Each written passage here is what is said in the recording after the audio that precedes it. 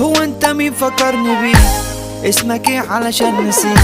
ياض مهما رحت مهما جيت هفضل يا وديل عليك. لو جاي في زيت امرك بسيط اعذرني لو لعبت بيك، اصلك طريق عضمة خفيف حوش السفر باين عليك. كل اللي فات مسكنات والجاي عايز دبابات، يا ابني احنا لسه عسبات عشان ملوك فرص نتايج. ملناش كبير احنا الكبار طالعين لفوق زي الدولار، معلمين في اي كار اما انتوا في منكم كتار.